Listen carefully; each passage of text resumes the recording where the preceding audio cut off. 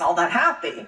You know, it's almost like our elites saw the Maduro diet of Venezuela, where people living under socialist rule there lost a bunch of weight because of the crushing poverty his regime has overseen, and that somehow they liked what they saw and decided to try it here too. Oh, and they took all the criminals and imported them here too, along with the starvation diet to save money, meaning that Venezuela has a new 22-year low in violent death because their criminals fled here to our open border, and now the country's refusing to take back their deported criminals. What a deal. We really are living in the third world at this point, so I guess it's fitting we import the third world too.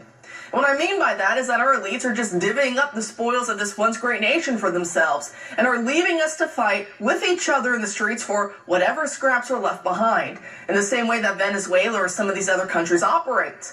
Obviously, if you go back to the American elites of a century ago, they did have their own skeletons in the closet. No one's perfect, but at least there was the concept of noblesse oblige, where the elites had a duty to at least build hospitals, schools, libraries, parks, railways, and other public goods for us plebs. And many of them did want to innovate in order to make money, yes, but also to transform society for the better. That type of visionary elite with an eye toward posterity was unique to America and to its entrepreneurial spirit.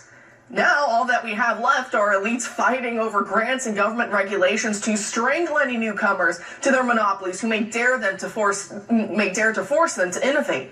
It really is sad. And wokeness works as a vehicle for this because it psyops us into thinking that we are choosing to downscale our lives and to accept declining standards of living in order to save the environment or something, or because they say capitalism has reached its end stage, we need something new, when that's not true at all. The elites are choosing decline because they only care about their short-term gain, and so they're sucking the rest of us dry. A recent rant by Joy Reid of MSNBC proves exactly that point, as she demands to know why anyone would care to have kids anymore. In case you missed that viral clip, here's a part of it. The United States has a population of north of 327 million people. Why do we need more kids? I mean, your party, Senator Tuberville, is the one screaming that 10 million immigrants, which I don't even know that number even makes any sense because it doesn't, have streamed into the country since Joe Biden has been president, and you're claiming that that's too many people, that if more people come into the southern border, this is some sort of crisis because we've got too many people and we've got no more space and we can't afford more people. But now you're saying we need more kids? Daryl Cooper, host of the podcast Smarter Made, one of my favorites, responded to that clip by saying, quote, "People are mocking this, and rightly so, but it neatly captures how this generation of elites cannot fathom any reason why they should preserve, let alone improve, things for people in the future. We're in full-on asset stripping, last man to the lifeboat is a sucker mode now," end quote. And aside from the squandering of wealth and resources, it wouldn't be the third world if we also didn't have an authoritarian regime locking up all dissent. And what do you know? That's exactly what we see going on too. So joining us now to discuss those updates is scholar, speaker, and author, Dr. Steve Turley. Dr. Turley, Steve, thanks for joining us tonight. Oh, it's my pleasure, Karen. That was brilliant. That was an excellent analysis of the insanity that's going on in our nation today. No, I really do appreciate it. You know, it's horrible, right? They're stripping everything from us, but hey, they're saying, at least get cereal for dinner. It's going to be so fun, right? Oh my heavens, they don't see what the backlash is going to be like for that. You know, I think what's happening here is part of a larger phenomenon that scholars like Joel Kotkin over at Chapman University refer to as refeudalization.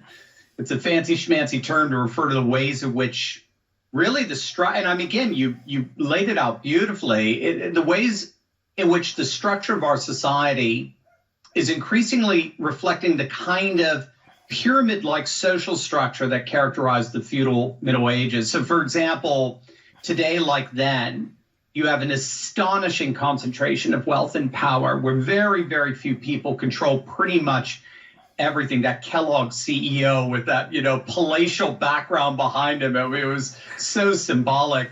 5 years ago, 400 billionaires owned half the world's assets. Today, that number's dropped to just 100 billionaires. So you have this tremendous concentration of wealth and power where bureaucrats and billionaires are teaming up to create sort of a top-down governance structure that's very resistant to innovation or competition or decentralization. But then next to that, we're seeing today, like in the Middle Ages, the rise of a comparable kind of religious fundamentalism, which of course today involves all things woke. So that's the environment, gender, race. But the key here is that, like with religious fundamentalism of old, there's no room for dissent. Dissenters are heretics. And instead of a clerical class enforcing this new dogma, it's a clerisy class, a class of pseudo-intellectuals like Joy Reid, from the universities and the professions, the credentialed class that are imposing an ideological inquisition on the whole of the population. And so we're seeing today how big business and big government, billionaires and bureaucrats come together, enforce this top-down structure on the whole of society through a woke ideology that destroys all the traditional mediating institutions like family, faith, community, and morally weakens us so we become powerless to resist this top-down structure and thereby become perpetual consumers, permanently enriching the permanent elite few. That's exactly where they're leaving us. And, to your point about squashing all dissent, there's this new headline coming out from The Blaze talking about Canada's Prime Minister, Justin Trudeau, and the way Canada goes, the U.S. is, right behind, right on their heels. So unfortunately, when it comes to this, they have a new bill that's being looked at. I believe it's called the Online Harms Act. And at first, it talks about going after pornographers who, deal in exploitation online. And I think that's great. Go after them. However, though, buried into the details, as the devil is always in those details, it instead, though, talks a lot about hate speech online. And so obviously that's very familiar territory. Reading a little bit of their bullet points, they say this bill would create a brand new digital safety czar. It would put a definition for hatred in the criminal code, because everyone's always said, right, what does hate speech mean? Because one guy's hate speech could be the other guy saying, well, that's just obvious. That's just the truth. So they're going to have that as well. And you read down a little bit more, and it says that hate crime offenses, including those related to sexual orientation or gender identity and its expression, would carry a maximum sentence of life in prison. And then it talks about hate propaganda and calling for genocide against certain identifiable groups could also land you, obviously, in prison, which makes sense on that part. However, as we saw with the former Harvard president, right, and some others, they think certain forms of genocide don't count if it's against Jewish members or against Israel. We've seen that play out. But what do you make of this bill working its way through Canada? It's quite chilling. It is chilling. Unfortunately, Canada doesn't have the mass sort of red state resistance that we have here. Although it's changing. Pierre Poilievre of the Conservative Party there, the Tories, they're starting to push back. The New Brunswick premier is pushing back. Alberta is pushing back. So those are good signs. But for the last several years, there was really no major pushback from the Conservatives. They're polling very well right now. They should win in their next snap election. They should win the majority, so that's making them much more confident. But yeah, what wokeness is, when all is said and done, it's the sanctification of the victim, right? So the woke see the world as a binary between the victim and the victimizer, and you know which side you're on based on your race, your gender, your sexuality, and the like. It's an incredibly racist system, without question. And then what it does is it creates a kind of caste system where if you're a designated victim, oppressed, then you are a protected class, and no one is allowed to engage in what they call dignitarian harm against you. So now they become radical policemen of our language, and anything that we say that could even be remotely deemed as hurtful towards this protected class is immediately stulted and excommunicated. And that's literally what we're seeing. You're getting it there. It's not just cancel culture, man. People are going to prison now. This is a very real kind of fundamentalist excommunication that doesn't have a liberal bone in its body. It's radically illiberal. That's the interesting thing. The real authoritarianism that's destroying classical liberalism isn't coming from the right. Ironically, it's coming from the left. And it is, it's such, well, I mean, Ronald Reagan, though, I think called it back in, I believe it was the 80s, right? You know exactly what I'm referring to, where he talks about fascism would come to the U.S., the unholy alliance between big government and big business, but it would come under the guise of liberalism. And that's exactly what we're seeing. They're saying, hey, don't worry, guys, that we're merging into this gigantic monolith together because we're doing it to protect human rights. And we love people. Yeah, we want to help the oppressed and minorities. And are you against that? And everyone's looking behind the scenes. The curtain's going, wait a second, I don't think that's what you're really up to here. And that's what we're living out right now. And talking about locking away dissent, we see how the left is going, obviously, after President Trump, his supporters, while, of course, covering up for the Bidens and the rest who want to keep this machine going, this consolidation of power. I know we saw Hunter Biden today closed-door deposition testimony to, I believe, the House Oversight and Judiciary Committees. He's saying everything being said against him and his father as the impeachment inquiry goes along is just a MAGA-invented conspiracy against them, which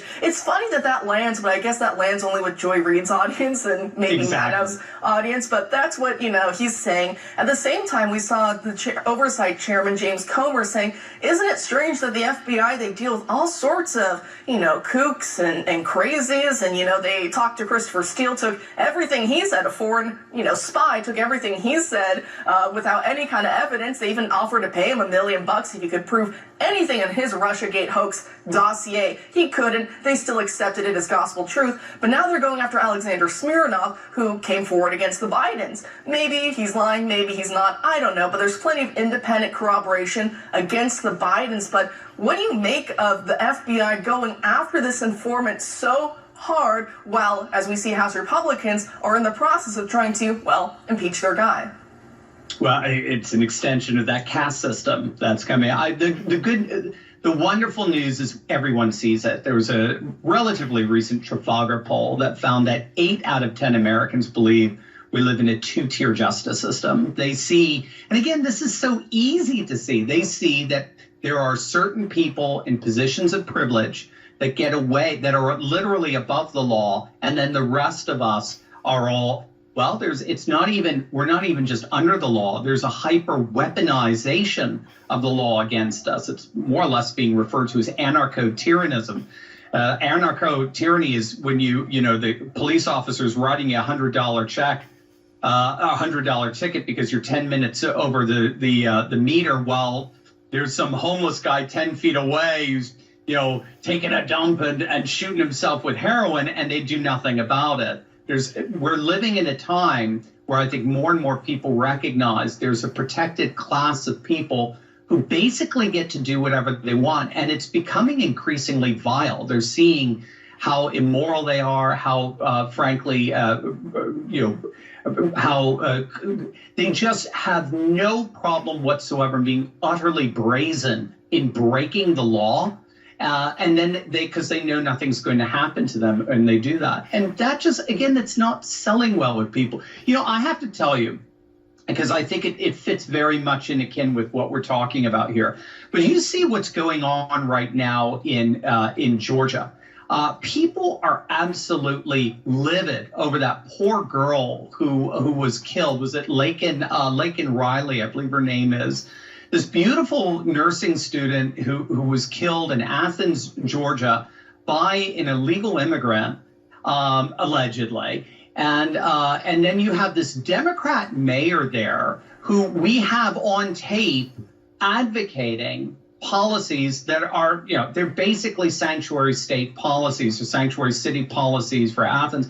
And he gets in front of a press corps today and he turns around and he blames Trump and Charlottesville and hate and bigotry for these problems.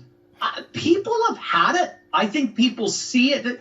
This guy should never, it's so clear to them. This guy should never have been here, but you're this refeudalized aristocratic lordship that has completely lost touch with the average citizen. And so now we're starting to see the political animosity shift from being horizontal, left versus right, to now being vertical, people versus permanent political class. And they see precisely what we saw with Hunter today. They see that there are some in that permanent political class that are given not just a pass, but are literally above the law. And then they're seeing anybody who would stand up to that political class like Trump, not just to pass, but are literally above the law. And then they're seeing anybody who would stand up to that political class like Trump ends up getting the full force, the full brunt of the law,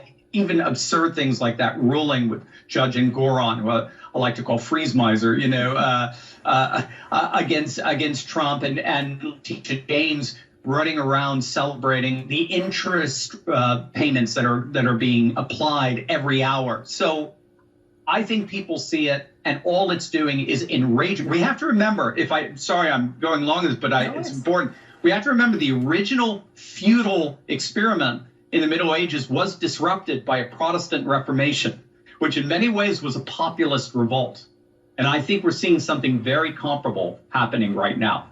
I think so as well. And, going back to what you were saying about anarcho-tyranny, right? That was Obama's big shtick, that he would fundamentally transform this nation, and everyone scratched their heads saying, what do you mean fundamentally? Because that's a specific word that he's using. And he's like Hillary Clinton. He chooses his words very wisely, very carefully. So when he uses a term like that, he means it. And so you're exactly right. Therefore, anarchy for friends of the regime, criminals and the rest, because what does that do? It breaks and destroys everything. And when everything's broken beyond repair, what do? You have to rebuild from there. And the left has those levers of power, and they can rebuild things in their own image, and that explains so much of the misery we're in right now. But Steve, Dr. Turley, I really appreciate your analysis. Thanks for joining us tonight.